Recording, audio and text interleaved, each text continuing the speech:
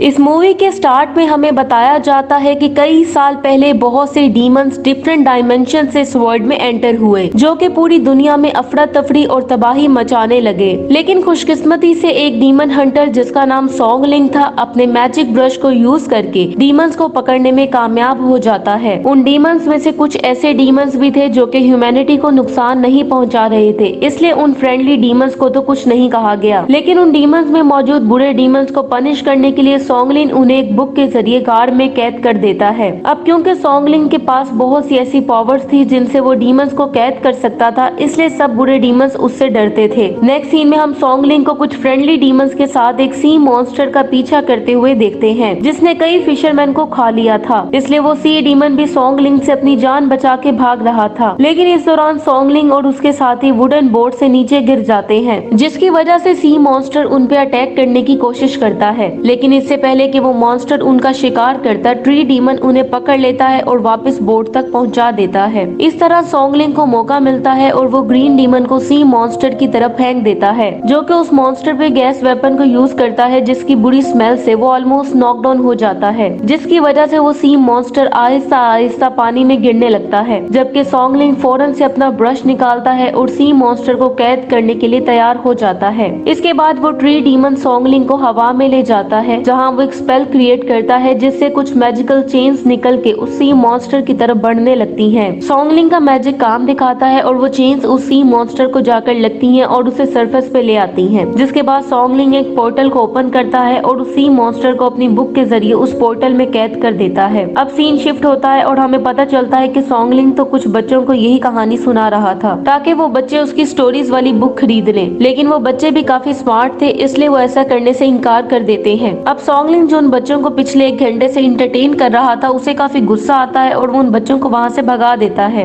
Next scene में हम देखते हैं कि लोकल पुलिस एक ज्वेलरी शॉप में किसी क्राइम की इन्वेस्टिगेशन कर रही थी, जहाँ पे ऑफिसर फी चीफ को बताता है कि उसने क्रिमिनल की आइडेंटिटी का पता लगा लिया है और कहता है कि यकीनन ये क्राइम किसी डीमन ने किया है, क्योंकि उसे उस रूम में मिलने वाले हेयर्स किसी इंसान के नहीं लग रहे थे। पुलिस चीफ उसकी बात पे यकीन नहीं करता और उसका मजाक उड़ाता है और कहता है कि यकीनन इस क्राइम में शॉप का ही कोई आदमी इन्वॉल्व है, इसलिए वो शॉप के ऑनर को अरेस्ट करवा देता है। अब ऑनर के वहाँ से जाते ही वो अपने लिए कुछ ज्वेलरी भी वहाँ से चुरा लेता है और जब वो उस शॉप से जाने लगता है तो कुछ लोग उसे रोक लेते हैं और उससे सॉन्गलिंग की कंप्लेंट करते हैं, जो कि उन बच्चों को जानबूझ के डरा रहा था। अब वो उन बच्चों के पेरेंट्स से आर्ग्यू नहीं करना चाहता था, इसलिए वो फी को उनकी कंप्लेंट की इन्वेस्टिगेशन करने का कहता है और जब बच्चों के पेरेंट्स फी की तरफ जाते हैं तो वो खुद वहाँ से भाग जाता है। नेक्स्ट सीन में उन बच्चों के पेरेंट्स फी को लेके एक माउंटेन पे पहुंच जाते हैं, जहाँ सॉन्गलिंग का घर था। यहाँ फी ये नोटिस करता है कि सॉन्गलिंग की चिकन्स ने ज्वेलरी पहनी हुई थी। अब पेरेंट्स गुस्से में सॉन्गलिंग के घर में एंटर हो जाते हैं, जबकि फी चिकन्स को पकड़ के एविडेंस इकट्ठे करने लगता है। दूसरी तरफ बच्चों के पेरेंट्स जो कि सॉन्गलिंग के रूम में पहुंच चुके थे, उस पर गुस्सा करने लगते हैं। ये देख के सॉन्गलिंग ड्रामा करने लगता है और इसी दौरान वो फ्लावर डीमन को भी वहाँ बुला लेता है, जो कि उन लोगों की मेमोरीज को इरेज कर देता है। जिसके बाद वो लोग सॉन्गलिंग के ऑर्डर्स को फॉलो करते हैं, इसलिए अब वो उन्हें अपनी बुक्स बेचना शुरू कर देता है और इस दौरान वो उनके पैसे भी चोरी कर लेता है। यहाँ फी देखता है कि उन बच्चों के पेरेंट्स खुशी खुशी घर से बाहर आ रहे थे, जिसकी वजह से उसे ये एहसास होता है कि कुछ तो गड़बड़ जरूर है, इसलिए वो सॉन्गलिंग से इन्वेस्टिगेशन करने के लिए अंदर चला जाता है और जब वो सॉन्गलिंग के रूम में पहुंचता है तो उससे पूछता है कि उसके पास ये ज्वेलरीज कहाँ से आई, जो कि स्टोर से चुराई गई थी। साथ ही वो उस पर इल्जाम लगाता है कि उसने अपने घर में डीमंस को भी छुपा रखा है। सॉन्गलिंग को कुछ देर सोचने के बाद याद आता है कि शायद उसका एक स्टूडेंट इस क्राइम में इन्वॉल्व हो सकता है, लेकिन फी उसकी बात पे यकीन नहीं करता और उसे अरेस्ट करने के लिए फौरन से उसके हाथ बांध देता है। लेकिन जब वो सॉन्गलिंग को वहाँ से ले जाने लगता है तो उसे पता चलता है कि सॉन्गलिंग तो रोप से फ्री हो चुका था और वो फी को ही उन रोप से बांध देता है और वहाँ से चला जाता है। जिसके बाद फी वहाँ से भागने की कोशिश करता है, लेकिन इससे पहले कि वो वहाँ से भाग पाता, ग्रीन डीमन वहाँ पहुंचकर फी पे अपना गैस वेपन यूज करता है, जिससे वो नॉकडाउन हो जाता है और जब फी को होश आता है तो उसे पता चलता है कि वो तो हवा में उड़ रहा है, जिसकी वजह से वो बहुत ज्यादा डर जाता है। सॉन्गलिंग उसे खौफजदा देख के काम डाउन करने की कोशिश करता है और उसे बताता है कि वो जल्दी उस क्रिमिनल को पकड़ने के लिए जाने वाले हैं। थोड़ी देर बाद वो उस स्टोर में पहुंच जाते हैं जहां पहले भी चोरियां हो चुकी थी। यहाँ सॉन्गलिंग फी के फेस पे कुछ पेंट कर देता है ताकि डीमंस को देखने की एबिलिटी उसमें जन्म ले सके और यहाँ उन्हें ज्वेलरी स्टोर में क्राइम करने वाले का पता चल जाता है, जो कि एक पिग डीमन था, जिसे देखकर वो दोनों उस डीमन का पीछा करने लगते हैं और थोड़ी देर पिग डीमन का पीछा करने के बाद उन्हें पता चलता है कि वो डीमन ये सब कुछ इसलिए कर रहा था क्योंकि वो अपने ट्रू लव से, जो कि असल में एक फीमेल डंकी थी, उससे शादी करना चाहता था। जबकि क्राइम्स का असल मास्टरमाइंड एक और डीमन हंटर था, जिसने पिग डीमन को सारी ज्वेलरीज के बदले वो एनिमल देने का प्रॉमिस किया था। लेकिन इससे पहले कि ऐसा हो पाता, सॉन्गलिंग भी फी के साथ वहाँ पहुँच जाता है, जिसे देख के थीफ तो वहाँ से भाग जाता है, लेकिन सॉन्गलिंग पिग डीमन को वहाँ से भागने का मौका नहीं देता और अपना मैजिकल ब्रश यूज करते हुए उसे कैद कर लेता है। दूसरी तरफ हम देखते हैं कि फी उस थीफ को पकड़ने की कोशिश कर रहा था। इसी दौरान वो दोनों एक बिल्डिंग से नीचे गिर जाते हैं और कुछ और पुलिस ऑफिसर्स के पास आके गिरते हैं। अब वो पुलिस ऑफिसर फौरन से थीफ को पकड़ लेते हैं, लेकिन इस सब का क्रेडिट पुलिस चीफ लेने लगता है और इसीलिए फी को जॉब से निकाल देता है। और फी इस इनजस्टिस की वजह से शॉक्ड हो जाता है, इसलिए वो गुस्से से चिल्लाने लगता है। जिसके बाद सीन शिफ्ट होता है और हम एक लड़की को देखते हैं जो कि अपने पेरेंट्स को बताए बगैर अपनी एक फ्रेंड के साथ घर से बाहर आती है और एक मिस्टीरियस बिल्डिंग के पास पहुंच जाती है। वो चुपके से उस बिल्डिंग में एंटर होती है जो कि मिरर से भरी हुई थी। अब वो लड़की वहां मौजूद ऑनर से वो मैजिकल आइटम दिखाने की डिमांड करती है जो कि उसे मजीद सुंदर बना सकता था। वो ऑनर उस लड़की को एक चेयर पे बिठा देती है और उसके पीछे एक स्पेल क्रिएट करती है,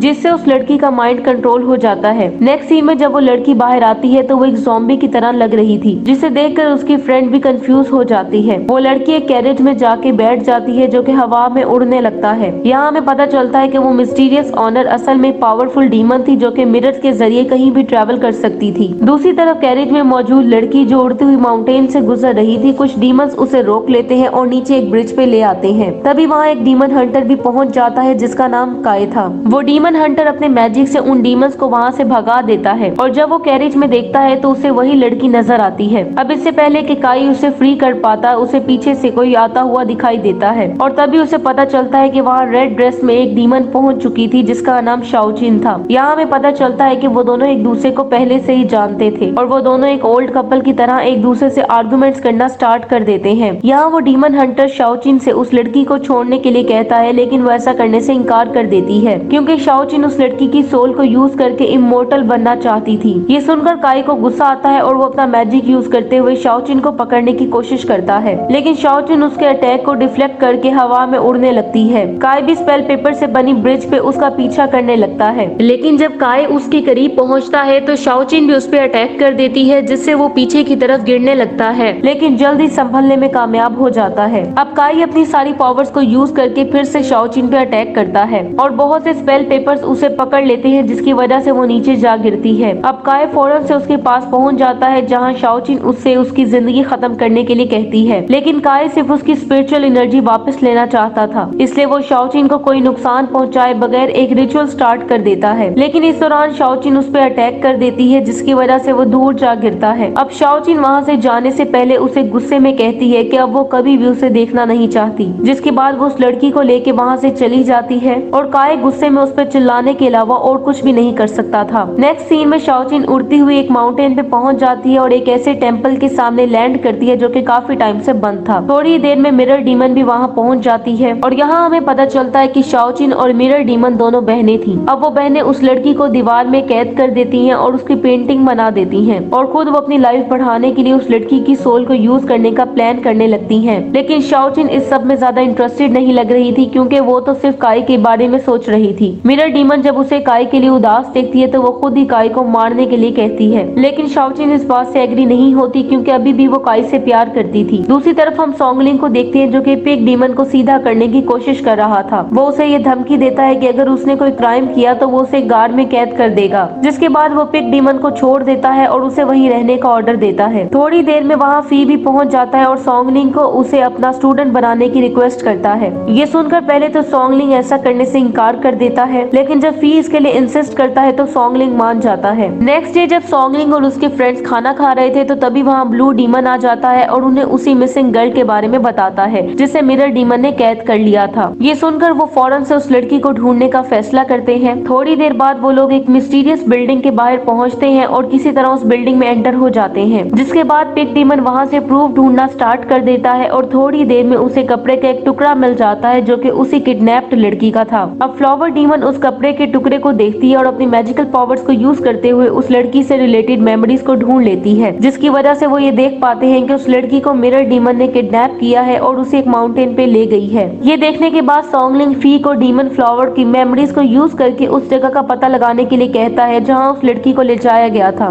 नेक्स्ट सीन में हम देखते हैं कि फ्लावर डीमन फी को उस माउंटेन तक ले जाता है जहाँ वो टेम्पल मौजूद था, जिसके बाद फी किसी तरह उस टेम्पल में एंटर होने में कामयाब हो जाता है, जहाँ उसे रेड ड्रेस में एक डीमन नजर आती है। दूसरी तरफ हम काय को देखते हैं जो कि एक रेस्टोरेंट में खाना खा रहा था। थोड़ी देर में मिरर डीमन भी वहाँ पहुँच जाती है। काय भी उसकी वहाँ मौजूदगी को फील कर पा रहा था और जब वो मिरर डीमन की तरफ देखता है तो वो वहाँ से चली जाती है क्योंकि वो उसे ट्रैप करने वहाँ आई थी। काय भी उसे जाते हुए देख के उसका पीछा करने लगता है। थोड़ी देर बाद काय एक स्टोर में पहुँच जाता है जहाँ बहुत से मिरर्स पड़े हुए थे। थोड़ी देर में मिरर डीमन भी उसके सामने आ जाती है।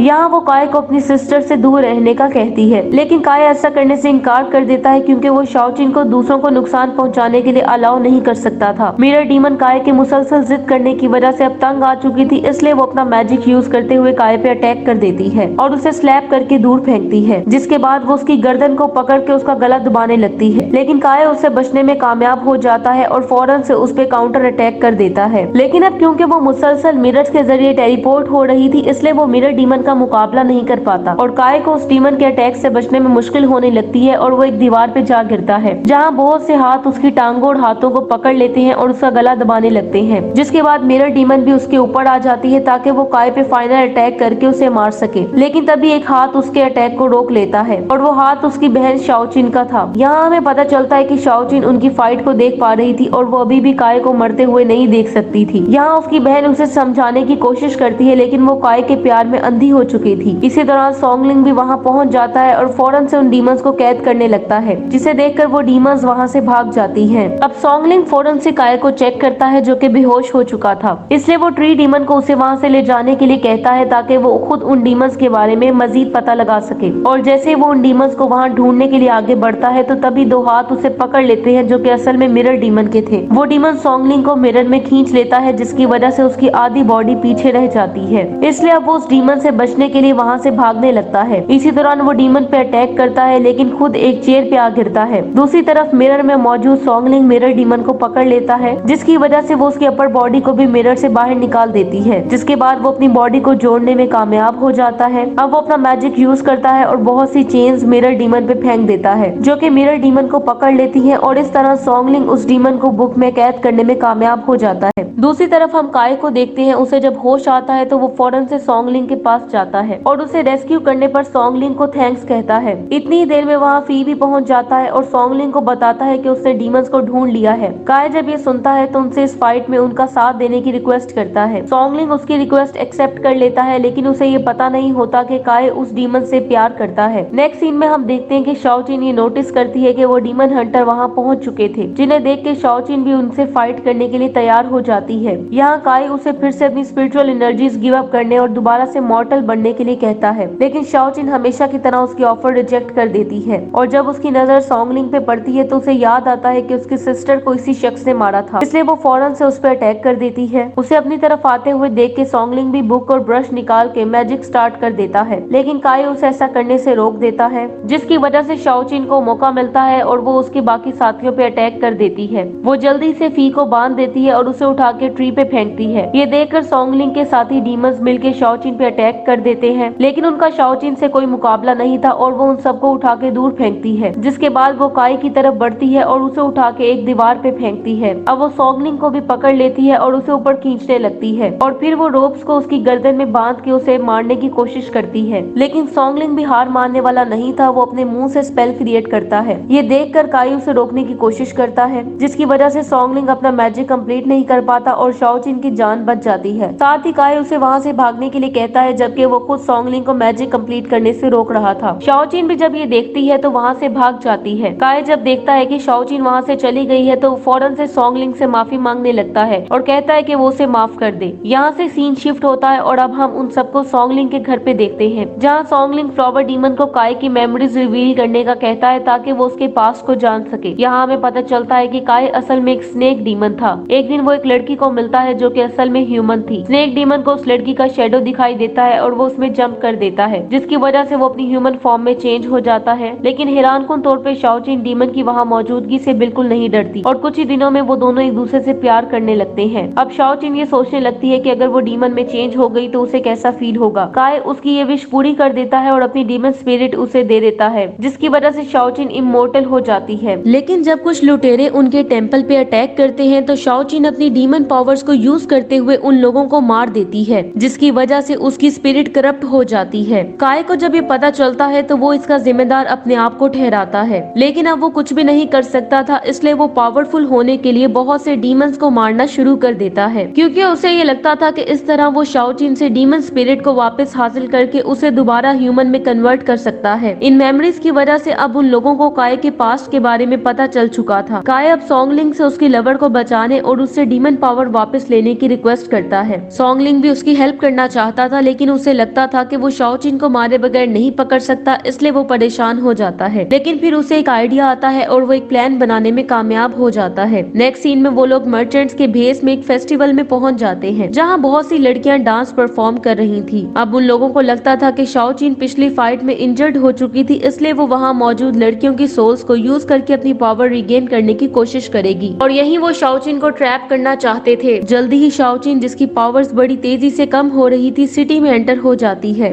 दूसरी तरफ काय को भी उसकी प्रेजेंस का पता चल जाता है और वो उसे इधर उधर ढूंढने लगता है। यहाँ हम देखते हैं कि शाओचिन उसके पीछे पहुंच जाती है। काय पीछे देखता है और उसे डीमन पावर्स लौटाने के लिए कहता है ताकि वो दोबारा से ह्यूमन में चेंज हो सके, लेकिन शाओचिन का ऐसा कोई इरादा नहीं था। काय उसे कहता है कि वो सिर्फ उसे मारे जाने से बचाना चाहता है, लेकिन शाओचिन उसकी बात को इग्नोर कर देती है और उस पर अटैक करके उसे पिलर की तरफ पुश कर देती है, जिससे वो बेहोश हो जाता है। अब शाओचिन उसके करीब जाती है और उसे देखने लगती है और कहती है कि वो कोई भी कंसिक्वेंसेस फेस करने को तैयार है और वो सिर्फ उसे हैप्पी लाइफ गुजारते हुए देखना चाहती है। जिसके बाद वो फौरन से फेस्टिवल की तरफ जाने लगती है, लेकिन जैसे ही वो बिल्डिंग में एंटर होती है तो उसे पता चल जाता है कि ये तो एक ट्रैप है, क्योंकि वो वहाँ मर्चेंट के भेस में मौजूद सॉन्गलिंग की असलियत को देख पा रही थी। इसलिए वो बैक स्टेज पे जाके एक लड़की की सोल को एब्जॉर्ब करने लगती है ताकि वो अपने एनिमीज से फाइट के लिए पावर हासिल कर सके। अब वो उसी लड़की का रूप ले लेती है जिसकी सोल उसने एब्जॉर्ब की थी और फौरन से स्टेज पे चली जाती है, लेकिन सॉन्गलिंग को भी उसकी असलियत का पता चल जाता है। वो ये बात फी को भी बताता है तो वो फौरन से सबको वहाँ से भागने के लिए चिल्लाने लगता है, जिसकी वजह से सभी लोग पैनिक हो जाते हैं और वहाँ से भागने लगते हैं। शाओचिन भी अपने असली रूप में वापस आ जाती है और अपनी सारी पावर्स को यूज करते हुए वहाँ से बाहर आ जाती है, जहाँ वो एक जायंट स्नेक में चेंज हो जाती है और बिल्डिंग्स को डिस्ट्रॉय करने लगती है और वहाँ मौजूद लोगों पे भी अटैक करने लगती है, जिसकी वजह से हर तरफ अफरा तफरी मच जाती है। वो डीमन कुछ लोगों को घेर लेती है और उन्हें मारने की कोशिश करती है, लेकिन इससे पहले कि वो ऐसा कर पाती, सॉन्गलिंग वहाँ पहुँच के उसके अटैक को रोक लेता है। यहाँ सॉन्गलिंग उसे काय की डीमन पावर उसे लौटाने के लिए कहता है, लेकिन उस जायंट स्नेक पे सॉन्गलिंग की बात का कोई असर नहीं होता और वो उन्हें ही मारने की कोशिश करता है। सॉन्गलिंग को ये रियलाइज हो चुका था कि उसके पास इस डीमन को सील करने के अलावा और कोई ऑप्शन नहीं है, इसलिए वो फौरन से मैजिकल चेन्स को उस पे फेंक देता है और जायंट स्नेक को पकड़ने में कामयाब हो जाता है। इस दौरान वो डीमन उन चेन से निकलने की पूरी कोशिश करती है, लेकिन जब वो ऐसा करने में नाकाम हो जाती है तो अपनी बॉडी में मौजूद सभी सोल्स को रिलीज कर देती है। दूसरी तरफ सॉन्गलिंग, जो कि उसे बुक में कैद करने के लिए अपनी पूरी कोशिश कर रहा था, आखिरकार ऐसा करने में कामयाब हो जाता है, जबकि उसकी बॉडी में मौजूद सोल्स टेम्पल की तरफ फ्लाई करने लगती हैं और वहां पहुंचकर उन पेंटिंग्स में एंटर हो जाती हैं और वो लड़कियां जिन्हें डीमंस ने पकड़ा था अपनी ह्यूमन फॉर्म में वापस आ जाती हैं। दूसरी तरफ काय भी फेस्टिवल वाली बिल्डिंग में पहुंच जाता है और फी से शाओचिन के बारे में पूछने लगता है। यहाँ सॉन्गलिंग उसे बताता है कि उसने शाओचिन को पहले ही कैद कर दिया है। ये सुनकर वो सॉन्गलिंग पे गुस्सा करने लगता है, जिसकी वजह से वो फ्लावर डीमन को काय की मेमोरीज को इरेज करने का कहता है। फ्लावर डीमन ऐसा ही करता है। अब सॉन्गलिंग उसे बताता है कि वो एक आम इंसान है, जिसके बाद वो काय को उसकी मेमोरी लौटा देता है, इसलिए वो डिफरेंट बिहेव करने लगता है, एक ऐसा शख्स जो कि शाओचिन के बारे में बिल्कुल भूल चुका था। नेक्स्ट सीन में हम फ्लावर डीमन को देखते हैं जो कि काय की मेमोरीज को इरेज करने की वजह से गिल्टी फील कर रही थी। काय उसे एक फॉरेस्ट में मिल जाता है जहाँ वो काफी पीसफुल लग रहा था। उसे देख के फ्लावर डीमन उसे उसकी मेमोरीज लौटाने का डिसाइड करती है और उसके ऐसा करते ही काय को स्ट्रेंज फीलिंग्स का एहसास होता है और उसे सब कुछ याद आ जाता है। इसके बाद वो फौरन से टेंपल में पहुंच जाता है और सभी गर्ल्स की पेंटिंग को देखने लगता है और उन पेंटिंग्स को देख के उसे ये एहसास होता है कि कोई इम्पोर्टेंट पर्सन मिसिंग है। अब वो अपने शेडो को देखता है तो उसे शाओचिन की मौजूदगी का एहसास होता है, जिसकी वजह से उसे ये याद आ जाता है कि इस पर्सन को उसकी जिंदगी से निकाल दिया गया है। इसलिए वो काफी ज्यादा सैड हो जाता है और रोने लगता है। उसी रात जब सॉन्गलिंग वापस आता है तो उसे ये एहसास होता है कि कोई वहाँ पे मौजूद है और यहाँ उसे पता चलता है कि काय वापस आ गया है। सॉन्गलिंग उसे देख के कंफ्यूज हो जाता है, लेकिन काय फौरन से उस पर अटैक कर देता है, जिसकी वजह से वो पीछे जा गिरता है और बेहोश हो जाता है। अब काय उसका मैजिकल ब्रश उठा लेता है और उसको यूज करके बुक में एक गेटवे ओपन कर देता है। काय फौरन से उसमें एंटर हो जाता है और बड़ी तेजी से नीचे गिरने लगता है, लेकिन मैजिकल ब्रश को यूज करके वो बैलेंस रिगेन करने में कामयाब हो जाता है। थोड़ी देर बाद उसे कुछ आवाजें सुनाई देती हैं। वो जब उस तरफ देखता है तो उसे बहुत सी बिल्डिंग्स उड़ती हुई दिखाई देती हैं जिनमें बहुत से डीमंस ट्रैप थे। वो फौरन से उन बिल्डिंग्स की तरफ जाता है और शाओचिन को ढूंढने लगता है। थोड़ी देर बाद उसे फिर से कुछ फेमिलियर वॉइसेस सुनाई देती हैं। काय फौरन से उस तरफ जाता है और एक बिल्डिंग में एंटर हो जाता है जहाँ उसे शाओचिन नजर आती है जिस पे मुसलसल टॉर्चर किया जा रहा था। काय फौरन से उसके पास जाता है और उसको तकलीफ में देख के काफी परेशान हो जाता है। शाओचिन जब काय को देखती है तो वो उसे फौरन वहाँ से जाने के लिए बोलती है, लेकिन काय उसे गले लगा लेता है और कहता है कि वो उसे हर हाल में यहाँ से आजाद करवाएगा। अब काय उसकी स्पिरिचुअल पावर्स वापस लेने लगता है और उसे अपनी बॉडी में एब्जॉर्ब कर लेता है, जिसके बाद वो चेन्स जिन्होंने शाओचिन को पकड़ रखा था वो फौरन से काय के गिर्द बन जाती हैं और उसे वहाँ से ले जाने लगती हैं। लेकिन शाओचिन ऐसा होने नहीं दे सकती थी, इसलिए वो उसका हाथ पकड़ लेती है और काय के समझाने पर भी उसका हाथ छोड़ने से इनकार कर देती है। काय जिसे पता चल चुका था कि वो अब मरने वाला है, इसलिए वो शाओचिन को पीछे धकेल देता है, जिसकी वजह से चेन्स उसे हेल की तरफ खींच लेती हैं, जबकि शाओचिन रोते हुए चिल्लाने लगती है। काय अब उस मैजिक ब्रश को यूज करने की कोशिश करता है और जल्दी उन चेन से फ्री होने में कामयाब हो जाता है। वो चेन्स उसको दोबारा पकड़ने की कोशिश करती है, लेकिन अब वो उसकी पावर्स का मुकाबला नहीं कर पाती। काय यहाँ अपनी सारी पावर्स को यूज करता है, जिसकी वजह से वहाँ एक शॉक वेव क्रिएट होती है, जिससे सभी बिल्डिंग्स डिस्ट्रॉय हो जाती हैं और सभी डीमंस आजाद हो जाते हैं। दूसरी तरफ फी और सॉन्गलिंग फौरन से वहाँ पहुँच जाते हैं जहाँ डीमंस को कैद किया जाता था। यहाँ वो देखते हैं कि सभी डीमंस आजाद हो चुके थे और वहाँ से निकलने की कोशिश कर रहे थे, और आखिरकार वो डीमंस ह्यूमन वर्ल्ड में एंटर होने में कामयाब हो जाते हैं। हेल के गेट में पहुँचते हैं तो उन्हें पता चलता है कि काय बिल्कुल आउट ऑफ कंट्रोल हो चुका था, क्योंकि उसकी सोल डीमन स्पिरिट की वजह से करप्ट हो चुकी थी। सॉन्गलिंग उसे अपना वेपन लौटाने के लिए कहता है, लेकिन काय ये सुन के हंसने लगता है और एक जायंट स्नेक से उस पे अटैक कर देता है। वो डीमन उन दोनों पे अटैक करता है, जिसकी वजह से वो नीचे गिरने लगते हैं, लेकिन तभी ट्री डीमन उन्हें बचा लेता है। काय जब ये देखता है तो वो फौरन से दूसरे मॉन्स्टर को बुलाता है जो कि फ्रेंडली डीमंस का पीछा करने लगता है। ट्री डीमन जो कि उस मॉन्स्टर से बचने की कोशिश कर रहा था उसे ट्रिक करने में कामयाब हो जाता है और वो मॉन्स्टर वहीं क्रैश हो जाता है। दूसरी तरफ ग्रीन डीमन अपना गैस वेपन रिलीज करता है, जबकि फ्लावर डीमन उस केमिकल को जला देती है, जिसकी वजह से दूसरा मॉन्स्टर भी डिस्ट्रॉय हो जाता है। अब काय अपनी सारी पावर्स को यूज करने का डिसाइड करता है और खुद एक जायंट मॉन्स्टर में चेंज हो जाता है। अब वो सभी बिल्डिंग्स को डिस्ट्रॉय करते हुए उन लोगों का पीछा करने लगता है। सॉन्गलिंग और उसके साथी जो कि वहाँ से बचकर निकलने की कोशिश कर रहे थे उस मॉन्स्टर के कई अटैक्स को डॉज करने में कामयाब हो जाते हैं, लेकिन खतरा अभी टला नहीं था, इसलिए सॉन्गलिंग अब ट्री डीमन को हेल के गेट की तरफ जाने के लिए कहता है। ट्री डीमन ऐसा ही करता है, जबकि जायंट मॉन्स्टर भी उनके करीब पहुंच चुका था, इसलिए वो जल्दी से उस बिल्डिंग में एंटर हो जाते हैं, जिसकी वजह से वो मॉन्स्टर उस बिल्डिंग से टकरा जाता है। काय अब ये देखता है तो वो अपना मैजिकल ब्रश लेने की कोशिश करता है, लेकिन वो मॉन्स्टर उन्हें उठा के दूर फेंकता है। अब सॉन्गलिंग और काय में एक जबरदस्त फाइट होने लगती है और वो लड़ते लड़ते बिल्डिंग से बाहर आ जाते हैं। यहाँ काय इस फाइट में डोमिनेट करने लगता है और सॉन्गलिंग पे अटैक करके उसे एक दीवार पे मारता है, जिसके बाद वो सॉन्गलिंग पे फाइनल अटैक करने के लिए अपनी पावर्स को इकट्ठा करने लगता है, लेकिन शाओचिन वहाँ पहुंचकर उसे ऐसा करने से रोक देती है और सॉन्गलिंग की जान बचा लेती है। अब शाओचिन, जिसे ये पता था कि काय एक डीमन में कन्वर्ट हो चुका है, इसलिए वो हेल की तरफ जाने लगती है। काय भी उसका पीछा करने लगता है। शाओचिन बैरियर्स में एंटर हो जाती है और उस पोर्टल की तरफ जाने लगती है जो कि आग से भरा हुआ था, लेकिन काय जल्द ही वहाँ पहुँच जाता है और उसे वहाँ जाने से रोक लेता है, लेकिन शाओचिन उसे पीछे धकेल के आगे चली जाती है और वहाँ जाते हुए कहती है कि यही वो जगह है जहाँ वो दोनों एक साथ रह सकते हैं। काय को भी ये एहसास हो चुका था कि उनकी बाहर की दुनिया में कोई जगह नहीं है, इसलिए वो मैजिकल वेपन को वहीं छोड़ के शाओचिन, जिसे वो बहुत प्यार करता था, उसकी तरफ बढ़ने लगता है। यहाँ वो दोनों एक दूसरे के करीब आते हैं और इसी दौरान उनकी बॉडीज आहिस्ता आहिस्ता डस्ट में चेंज होने लगती हैं और उन दोनों की बॉडीज हवा में ही गायब हो जाती हैं। दूसरी तरफ सॉन्गलिन जब ये देखता है तो वो काफी उदास हो जाता है, इसीलिए अब वो उस कपल के अनब्रेकेबल लव के बारे में स्टोरी लिखने का डिसाइड करता है ताकि वो हमेशा के लिए लोगों के दिलों में जिंदा रह सके। मूवी के लास्ट सीन में हम देखते हैं कि सॉन्गलिंग और उसका स्टूडेंट शहर जाने के लिए प्रिपेयर हो रहे थे, क्योंकि अब उन्हें आजाद हुए सभी डीमंस को पकड़ना था। इसी के साथ ये मूवी एंड हो जाती है। Thank you so much for watching.